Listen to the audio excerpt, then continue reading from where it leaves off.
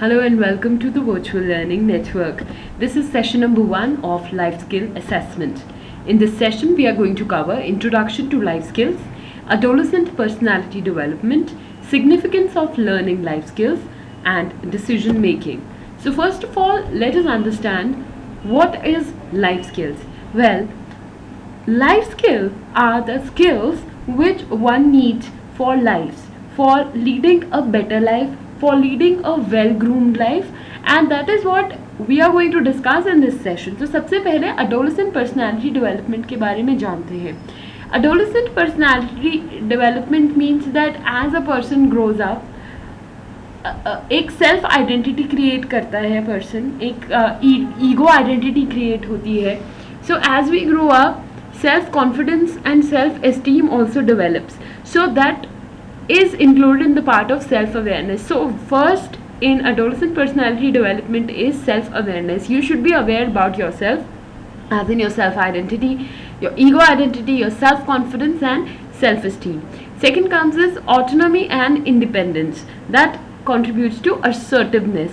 Now what is assertiveness? Assertiveness means saying no in a way that the other person also doesn't find you rude, and you are also saying your thing in a very assertive, in a very direct manner, in a very honest manner, in a very truthful manner, but not in a harsh or a rude manner. Okay, so that is assertiveness.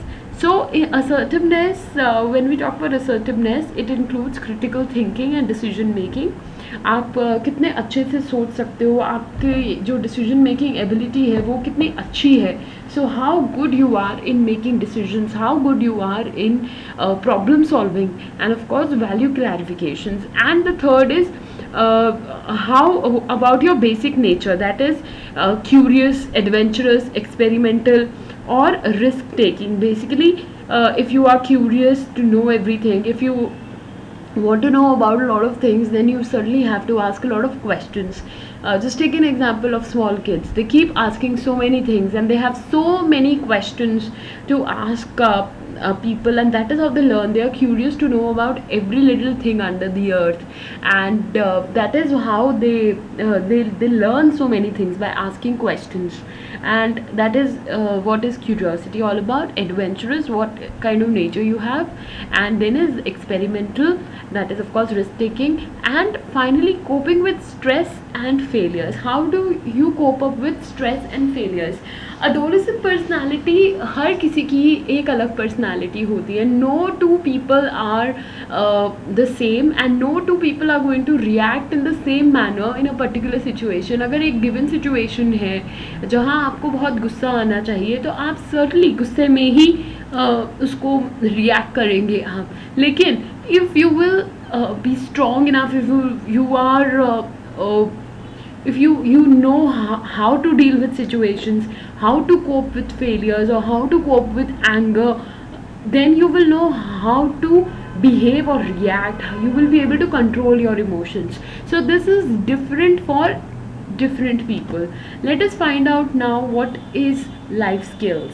Well, the abilities that help promote mental being and competence in young people as they face the reality of life.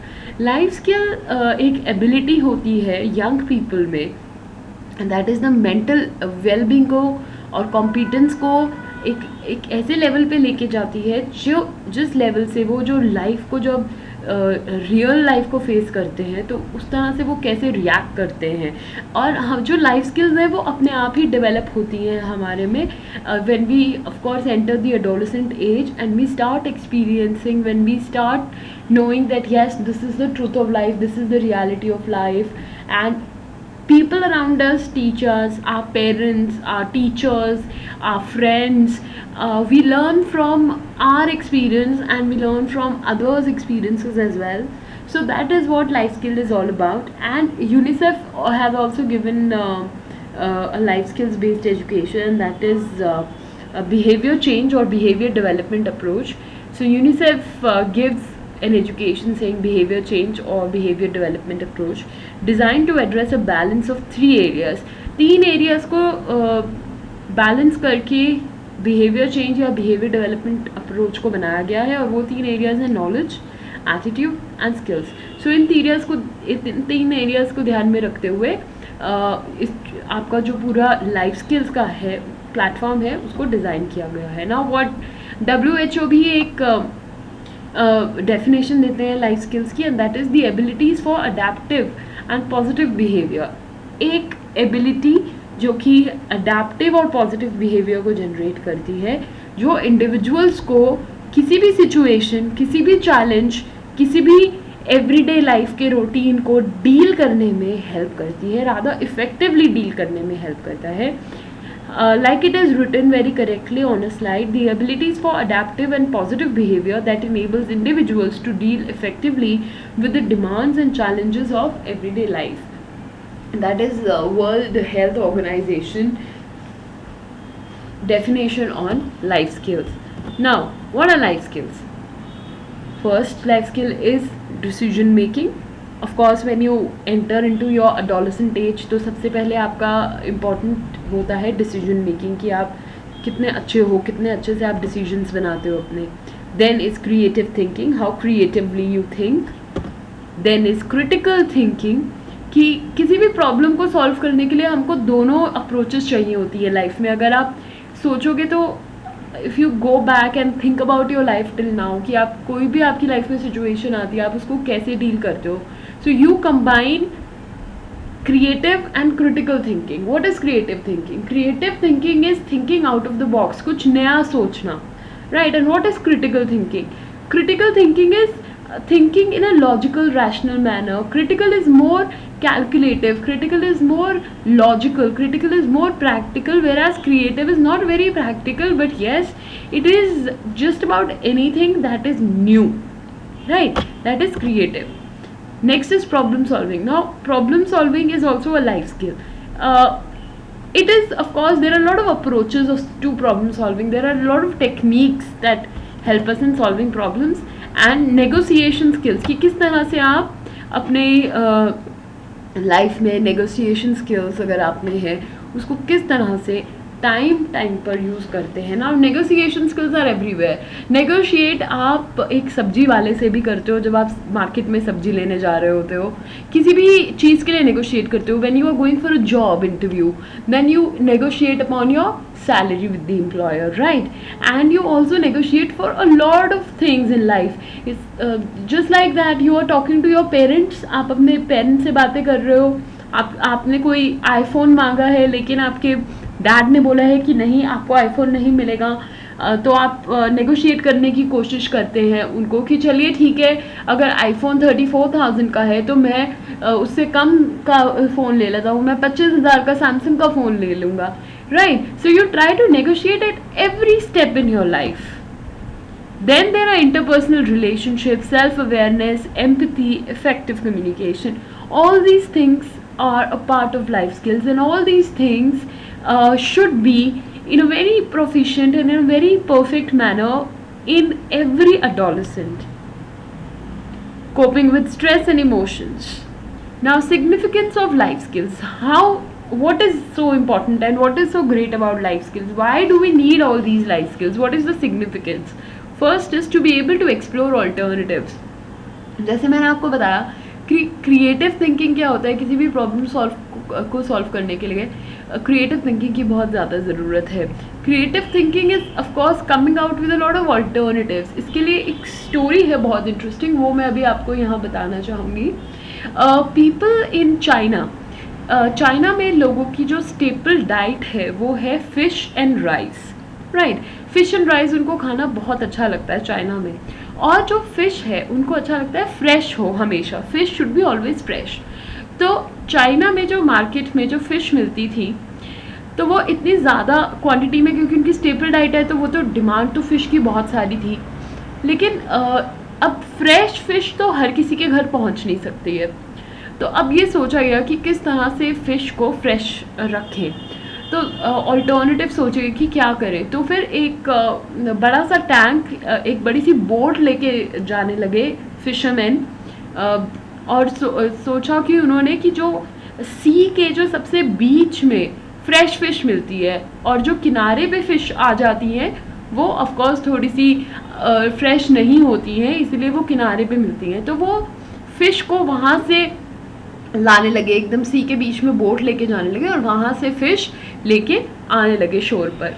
लेकिन इसमें क्या problem हो गई थी कि fish अभी जो आती थी वो भी फ्रेश नहीं होती थी, कि किनारे तक आते आते वो एकदम ख़राब हो जाती थी, पुरानी हो जाती थी। उन्होंने फिर इसी प्रॉब्लम का एक और अल्टरनेटिव सोचा कि अब क्या करें। उन्होंने एक टैंक रखा बोट में, टैंक में बहुत सारा पानी था, उस बोट में टैंक में की फ़िश को हम पानी में ही डाल देंगे और फ्रेश रहेगी फ़िश। लेकिन जैसे ही वो पानी से निकाल के उसको टैंक में डालते थे कि वो ज़िंदा भी रहेगी और बाहर तक आएगी तो फ्रेश होगी, तो भी ये प्रॉब्लम आई कि वो फ़िश ज़िंदा नहीं रह पाती थी, वो फ्रेश नहीं रह पाती थी उस पानी में, and that was again not a good alternative. Third alternative जो उनके पास था, उन्होंने सोचा कि अब क्या करें, अब तो प्रॉब्लम है कि इस तरह से और कोई ऑल्टरनेटिव तो उनके पास बचा नहीं है कि फ़िश को किस तरह से लेके आएँ बाहर।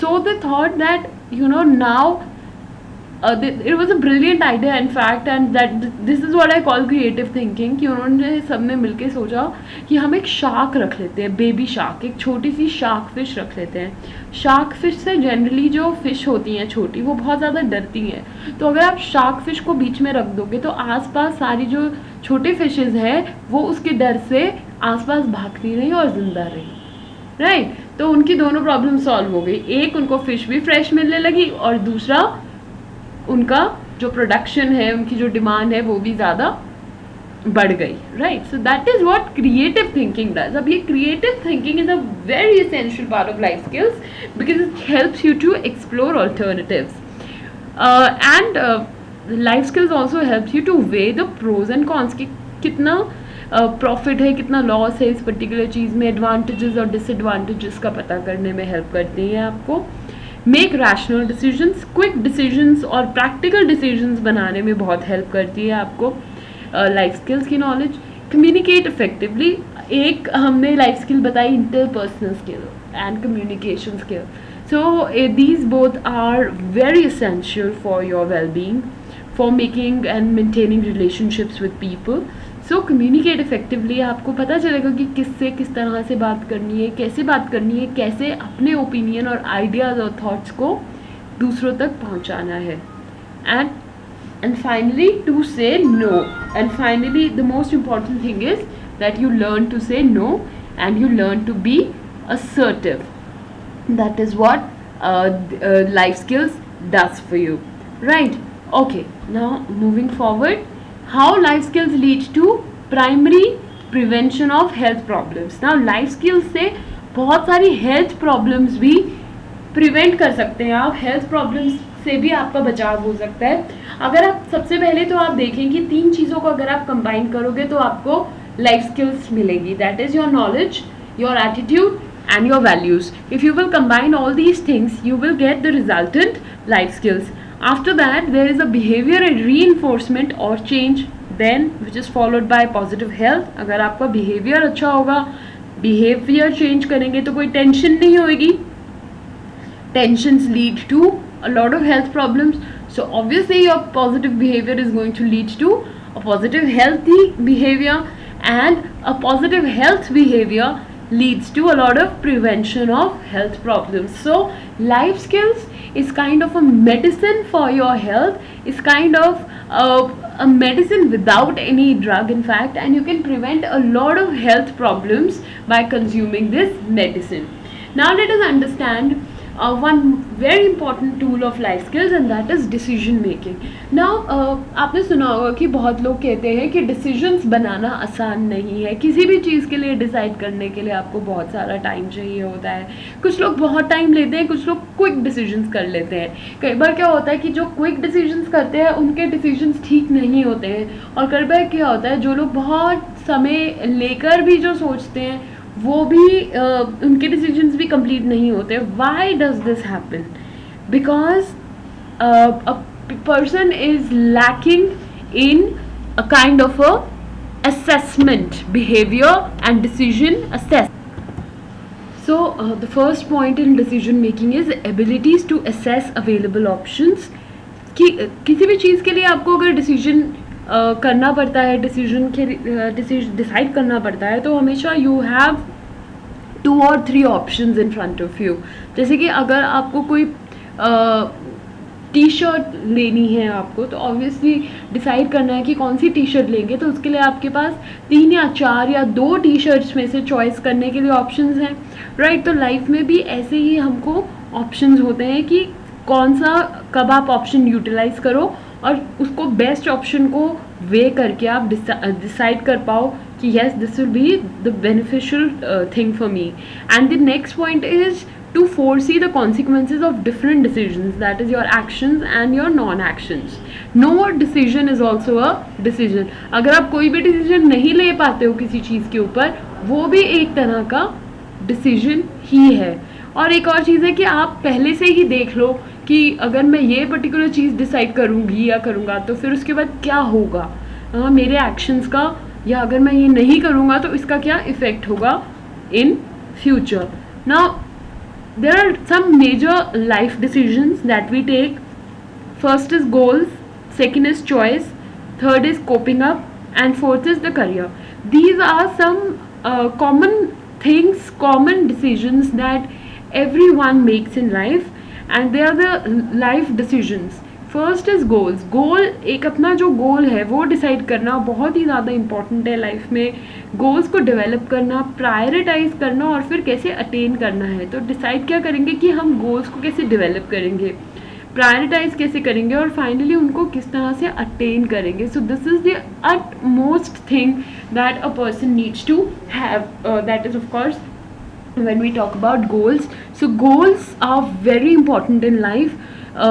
जैसे कि आपका गोल है to become a sports person, तो सबसे पहले आप एक स्ट्रैटेजी डेवलप करेंगे कि मैं किस तरह से क्या करूं जो मैं स्पोर्ट्स पर्सन बन सकता हूं। दैट इज़ आपको एटलीस्ट रोज़ के रोज़ 5 to 6 आवर्स की ट्रेनिंग करनी पड़ेगी, प्रैक्टिस करना पड़ेगा। फिर उसके बाद जो भी आपने ट्रेनिंग ली है उसको, and you practice and practice 3 times 4 times until and unless you get better results. और स्टेप वाइज आप अपना प्रायोरिटाइज करोगे अपने टाइम को, कि आप किस तरह से अपने टाइम को मैनेज करो, किस टाइम से अपना टाइम टेबल बनाओ कि इंपॉर्टेंट चीज़ें पहले करें और बाकी चीज़ें बाद में करें, right. So that is your prioritize and then how to attain it, और एक्शन प्लान बनाएंगे उसके बाद कि आप उसको अटेन कैसे करेंगे finally.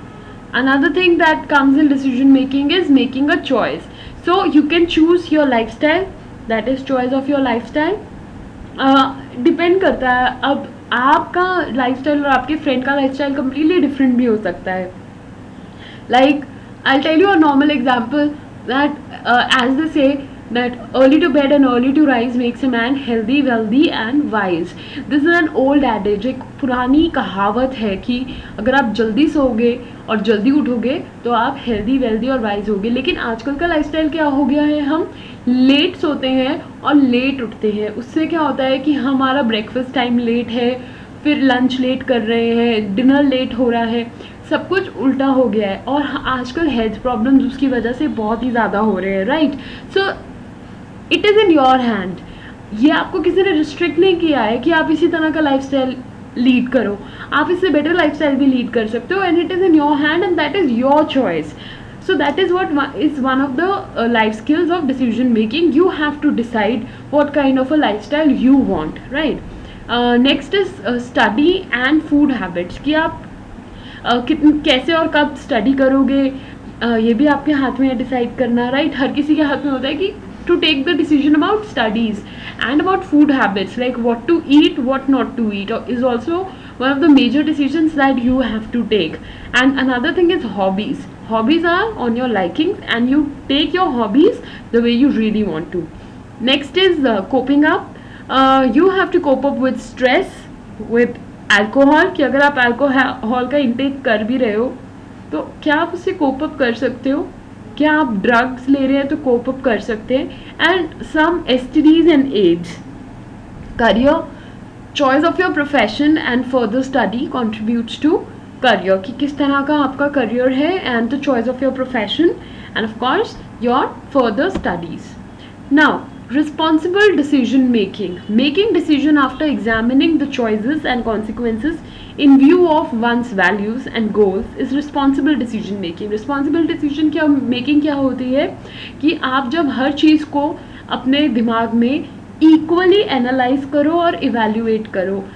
Making decision after examining the choices and consequences. पहले आप चॉइसेस, जो चॉइस है आपकी, उसको आप अपने पहले सबसे पहले रखो. अगर आपके पास ऑप्शंस है डिसाइड करने में, और जो आपकी सबसे ज़्यादा लाइकिंग है उसको आप सबसे पहले रखो चॉइस को, और उसके बाद सोचो कि अगर मैं ये ऑप्ट करता हूँ उसके बाद इसके क्या कॉन्सिक्वेंसेज होंगे in view of one's values. जो आपके वैल्यूज़ हैं और गोल्स हैं उनको भी सोचो, देख के.